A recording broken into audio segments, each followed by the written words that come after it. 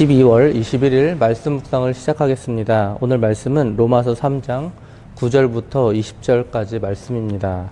로마서 1장 18절부터 3장 8절까지 이 바울은 한결같은 메시지를 로마 교회에 선포하였습니다. 그 메시지의 주제는 이방인이든 유대인이든 율법에 상관없이 모두 다 죄인이다 라는 것이죠. 오늘 본문은 이 말씀에 대한 결론입니다. 모든 사람은 하나님 앞에서 다 죄인이며 그러하기에 죄에 대한 해결책을 인간에게서는 절대로 찾을 수 없다라는 결론을 오늘 본문에서 내립니다. 유대인이나 이방인이나 다 같이 하나님 앞에서 전적으로 부패한 상태이기 때문에 오직 죄에 대한 해결책은 하나님의 긍휼에서 찾아야 한다는 말씀이죠. 이어서 오늘 본문을 자세히 살펴보도록 하겠습니다. 먼저 9절입니다. 그러면 어떠하냐? 우리는 나으냐? 결코 아니라 유대인이나 헬라인이나 다 죄 아래에 있다고 우리가 이미 선언하였느니라. 우리는 나으냐? 9절을 보다 명확하게 파악하기 위해서는 먼저 우리가 누구인지를 밝혀야 합니다. 여기서 우리는 바로 그리스도인이라는 것이죠. 바울 자신을 포함해서 이 로마에 있는 그리스도인들 그리고 더 넓게는 모든 그리스도인들을 말합니다. 즉 그리스도인들은 유대인과 비교해서 죄에 대해서 좀 우월한 위치에 있을 수 있느냐라는 것이죠. 앞서 바울은 유대인이나 이 이방인이나 모두 다 죄인임을 밝혔습니다. 마찬가지로 그리스도인들 역시 이 죄라는 테두리에서 결코 조금도 벗어날 수 없다라는 거예요. 결코 아니라. 이 말은 단순한 부정이 아니라 그 이상의 아주 강한 부정을 말합니다. 터럭만큼도 아니다 라는 뜻이죠. 절대로 그럴 수 없다라는 것입니다. 그리스도인들 역시 하나님 앞에서 완벽한 죄인임을 강력하게 말씀하고 있습니다. 10절입니다. 기록된 바 의인은 없나니 하나도 없으며. 기록된 바, 이 10절부터 오늘 말씀 18절까지는 구약의 말씀들을 길게 인용한 부분입니다. 즉 오직 의인은 믿음으로 말미암아 살리라 라는 이 말씀이 어느 날 갑자기 새롭게 주장되는 것이 아니다라는 거예요. 그래서 이 바울은 구약 이 성경의 말씀을 인용하면서 이것이 자신의 생각이 아니라 이 진리의 말씀임을 증명하고 있는 것입니다. 의인은 없나니 하나도 없으며. 이 9절부터 12절까지는 시편 14편 1절부터 3절까지의 말씀이 인용됩니다. 제가 먼저 이 시편 14편 1절부터 3절까지를 한번 읽어 드리도록 하겠습니다. 어리석은 자는 그의 마음에 이르기를 하나님이 없다 하는도다. 그들은 부패하고 그 행실이 가증하니 선을 행하는 자가 없도다. 여호와께서 하늘에서 인생을 굽어 살피사 지각이 있어 하나님을 찾는 자가 있는가 보려 하신즉 다 치우쳐 함께 더러운 자가 되고 선을 행하는 자가 없으니 하나도 없도다. 이 말씀은 성경 말씀 중에서 인간이 완전히 타락했음을 가장 잘 증명해 주는 그런 말씀입니다. 행위는 물론이거니와 나아가서는 이 마음의 생각까지 부패하였음을 정확하게 설명해 주는 그런 말씀이죠. 하나도 없으며 예외는 아무도 없다라는 뜻입니다. 당시 유대인들은 이 율법을 통해서 의인이 될 수 있다라고 생각했습니다. 또한 이 그 시대의 몇몇 이 경건한 자들을 의로운 자들이라고도 불렀습니다. 그러나 결단코 예외는 없으며 죄가 없으신 이 예수 그리스도를 제외한 단 한 사람도 스스로 의인이 될 수 없다라는 것이죠. 11절입니다. 깨닫는 자도 없고 하나님을 찾는 자도 없고. 여기서 깨닫는다라는 의미는 하나님과의 깊은 영적인 교제를 뜻합니다. 우리는 앞서 1장에서 하나님은 만물을 통해서 사람들에게 자기 자신을 보이셨다고 말씀을 드렸죠. 그런데 이처럼 하나님을 인식하는 것과 자연 만물을 통해서 인식하는 것과 이 깨닫는다는 것은 엄연한 차이를 보이죠. 깨닫는다라는 것은 단순하게 하나님에 대한 이런 지식이 아니라 하나님에 대한 깊은 체험 또는 성찰을 의미하는데요. 즉 하나님을 아는 직접적인 이런 지식이며 동시에 깊은 깨달음을 뜻합니다. 이러한 하나님을 깨닫는 지식은 인간 스스로의 그런 노력을 통해서 절대로 얻어질 수 없다라는 것이죠. 하나님을 찾는 자도 없고 이 하나님과의 영적인 교통이 없는 인간에게 하나님을 찾아보려는 그런 시도를 바라는 것 자체가 무리라는 것입니다. 좀 더 직설적으로 말씀드리면 인간은 그들의 마음 가운데 하나님께 대한 이 관심을 자체적으로 조금이라도 두고 있지 않다라는 거예요. 12절입니다. 다 치우쳐 함께 무익하게 되고 선을 행하는 자는 없나니 하나도 없도다. 다 치우치다. 이 말의 뜻을 자세히 살펴보면 돌아서다, 피하다, 멀리하다 라는 뜻입니다. 즉 인간은 죄로 인하여서 하나님으로부터 멀리 있는 존재가 되었다라는 거예요. 즉 이 죄 때문에 인간은 그들의 생각을 하나님에게로 두지 않게 되었습니다. 인간은 올바르게 걸어야 할 길을 떠난 자들입니다. 그 결과 끊임없이 하나님을 반역하는 그런 입장에 서 있다라는 것이죠. 함께 무익하게 되고 동시에 모든 인간들이 쓸모없는 그런 무가치한 상태로 빠져들게 되었다라는 뜻입니다. 선을 행하는 자는 없나니, 여기서의 선은 도덕적인 그런 선을 말하는데요. 즉 하나님을 떠난 이 인간은 하나님을 향한 선한 행위, 즉 앞서 11절에서 하나님을 찾는 그런 행위뿐만 아니라 다른 인간들을 향한 그런 어떠한 도덕적인 선도 행할 수 없는 존재라는 것이죠. 이처럼 타락한 인간은 전적으로 무능한 상태에 빠지게 됩니다. 13절입니다. 그들의 목구멍은 열린 무덤이요 그 혀로는 속임을 일삼으며 그 입술에는 독사의 독이 있고. 본절은 시편 5편 9절을 인용하였습니다. 시편 5편 9절을 제가 읽어드리겠습니다. 그들의 입에 신실함이 없고 그들의 심중이 심히 약하며 그들의 목구멍은 열린 무덤 같고 그들의 혀로는 아첨하나이다. 저희 목구멍은 열린 무덤이요. 사람은 입을 통해서 온갖 더러운 것을 토해냅니다. 그 험담과 온갖 이 미혹에 빠뜨리는 이 행위들이 마치 사람을 죽이는 것과 같이 치명적이다라는 뜻이죠. 실제로 사람의 이런 입은 다른 사람을 죽이기도 합니다. 또한 이 말씀은 재미있는 표현인데요. 이 고대 근동 팔레스틴에 있는 이 무덤은 사람이 서서 드나들 수 있을 만큼의 큰 굴로 되었다고 합니다. 그리고 그 입구는 커다란 돌로 막았습니다. 따라서 바울이 이 사람의 목구멍을 열려있는 무덤에 비유했다라는 것은 그 목구멍이 사람 키만큼 컸다라는 것이죠. 이처럼 험담하는 사람의 입은 많은 사람들을 삼킬 수도 있다라는 뜻입니다. 그 혀로는 속임을 일삼으며, 원어상 시제는 미완료 과거인데요. 즉 그 혀로 속임을 일삼는 행위가 인간 역사 가운데 과거로부터 계속해서 오늘까지 진행되고 있다라는 뜻입니다.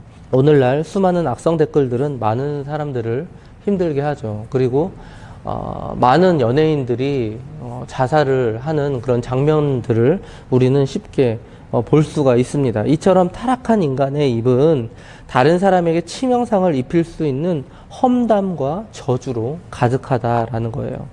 그 입술에는 독사의 독이 있고, 야고보서 3장 2절을 보시면 말에 실수가 없는 자가 곧 온전한 사람이다 라는 말씀이 있습니다. 이처럼 말을 통해서도 그 사람이 어떤 사람인지를 우리는 충분히 알 수 있다라는 거예요. 우리도 스스로의 이 말을 점검해 봤으면 좋겠습니다. 그러나 말을 고치는 것이 우선이 아니라 온전한 사람이 되는 것이 우선이겠죠. 그래서 우리 모두가 이런 말의 실수를 하지 않는 그런 온전한 자가 되었으면 좋겠습니다. 반면에 타락한 인간의 입에는 하나님을 찬양하고 타인을 살리는 말이 절대로 나올 수가 없습니다. 오히려 그 입에는 죽이는 독이 가득할 뿐이죠. 14절입니다. 그 입에는 저주와 악독이 가득하고. 본절은 시편 7절의 의미를 요약해서 인용한 말씀인데요. 제가 읽어드리도록 하겠습니다. 그의 입에는 저주와 거짓과 포악이 충만하며 그의 혀 밑에는 잔해와 죄악이 있나이다. 인간의 입에서 나오는 온갖 더러운 것을 대표하는 것이 바로 저주와 악독이죠. 인간은 전적으로 타락했습니다. 그 전적으로 타락한 이 사람의 입에서는 이와 같은 이 죽음의 언어만이 가득할 뿐이다라는 거예요. 이어서 15절입니다. 그 발은 피 흘리는데 빠른지라. 13절과 14절에서는 이 말에서 비롯된 이 악행을 설명했습니다. 그리고 이어진 이 15절에서는 직접적인 행동을 통한 악행에 대한 설명이죠.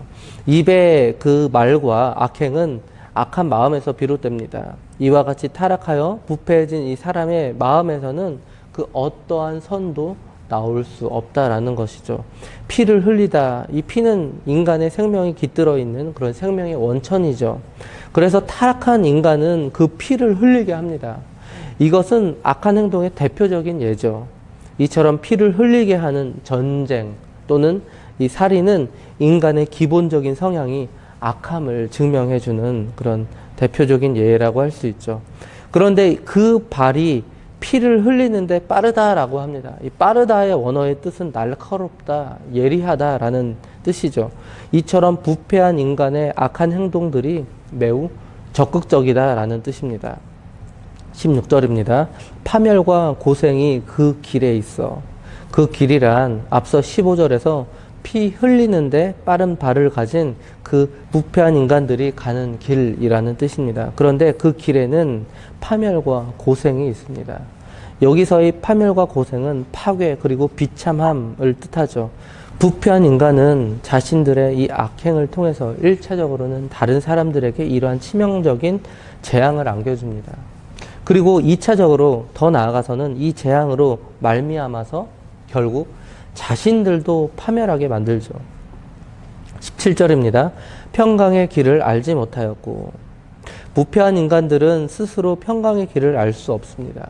여기서 평강은 예수 그리스도께서 부활하시고 제자들에게 가장 먼저 선포하신 그런 말씀이죠. 요한복음 20장 19절부터 21절을 제가 읽어드리도록 하겠습니다. 이날 곧 안식 후 첫날 저녁 때에 제자들이 유대인들을 두려워하여 모인 곳에 문들을 닫았더니 예수께서 오사 가운데 서서 이르시되 너희에게 평강이 있을지어다. 이 말씀을 하시고 손과 옆구리를 보이시니 제자들이 주를 보고 기뻐하더라. 예수께서 또 이르시되 너희에게 평강이 있을지어다. 아버지께서 나를 보내신 것 같이 나도 너희를 보내노라. 부활하신 예수님께서 평강을 2번이나 선포하셨습니다. 예수님은 이 하나님과 인간 사이의 깨어진 관계를 회복시키러 오신 분이시죠. 부패한 인간을 회복시키기 위해서 오신 분이십니다.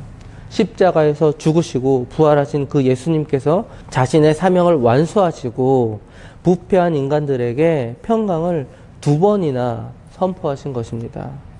즉 예수님을 통해서만 오직 그분을 믿는 믿음을 통해서만 이러한 평강의 길을 알 수 있게 된다라는 뜻입니다. 18절입니다. 그들의 눈앞에 하나님을 두려워함이 없느니라 함과 같으니라. 세상의 모든 사람들이 이 악행을 저지르는 근본적인 이유는 하나님을 바로 인정하지 않고 두려워하지 않기 때문이죠. 경외하는 것은 그분을 예배의 대상으로 섬긴다라는 뜻입니다. 그리고 그분을 따르겠다라는 그런 결심을 반영하죠. 그 경외의 심이 사라질 때 인간은 하나님의 선하신 뜻에서 멀어지면서 온갖 종류의 방종과 이 타락에 빠지게 된다라는 것입니다. 19절입니다. 우리가 알거니와 무릇 율법이 말하는 바는 율법 아래에 있는 자들에게 말하는 것이니 이는 모든 입을 막고 온 세상으로 하나님의 심판 아래에 있게 하려 함이라. 율법 아래에 있는 자들, 법적으로는 율법의 테두리 안에 있는 자들, 즉 온 세상의 모든 사람을 가리키는 말이죠. 하나님의 심판에서는 그 누구도 제외가 될 수 없습니다.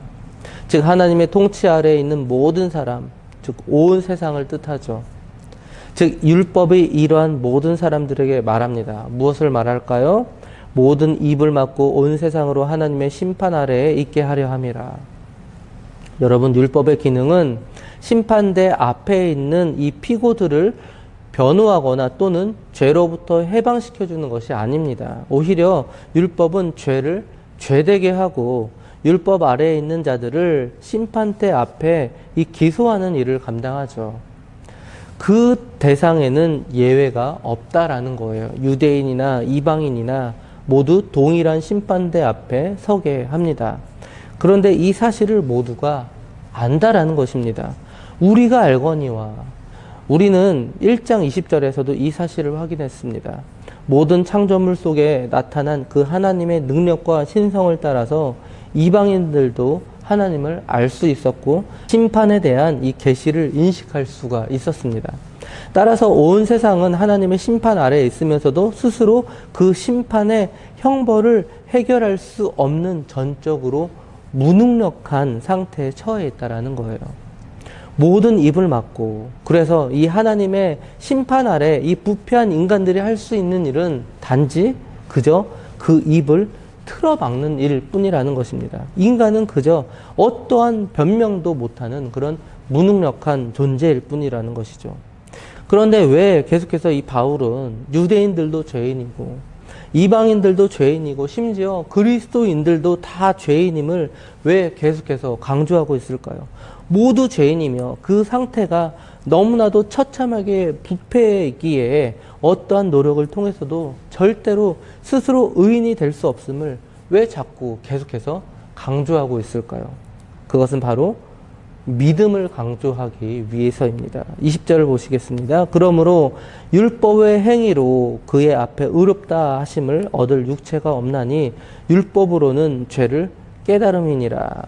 율법은 그저 사람들로 하여금 자신들이 얼마나 큰 죄인인가를 확실하게 깨닫고 회개할 그런 믿음을 가져야겠다라는 그런 인식만 갖게 한다라는 거예요.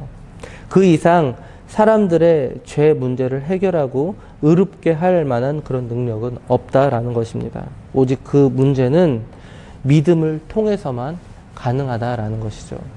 사랑하는 성도 여러분, 우리의 몸 상태는 이미 한번 자살한 그런 몸 상태와 같습니다. 지구상에 있는 모든 인간들은 다 똑같은 그런 상태에 빠져 있는 죄인이라는 것이죠. 자살한 몸은 그 몸을 스스로 일으켜 세울 수도 없습니다. 그 몸을 일으켜 세워줄 분이 반드시 요구되는 그런 몸 상태라는 거예요. 그분의 은혜만을 통해서 우리는 구원을 얻을 수가 있습니다. 그분은 오직 한 분이신 예수 그리스도이십니다. 오직 그분 안에만 우리는 평강을 얻을 수 있습니다. 그리고 영생이 있습니다. 참된 기쁨과 소망이 있습니다. 내일 말씀 묵상을 통해서 우리는 그분의 은혜를 확인할 수가 있습니다. 그래서 내일 말씀 묵상을 기대하시면서 오늘 하루도 겸손하게 그 은혜를 구하시는 장자 가족들이 되시기 바랍니다.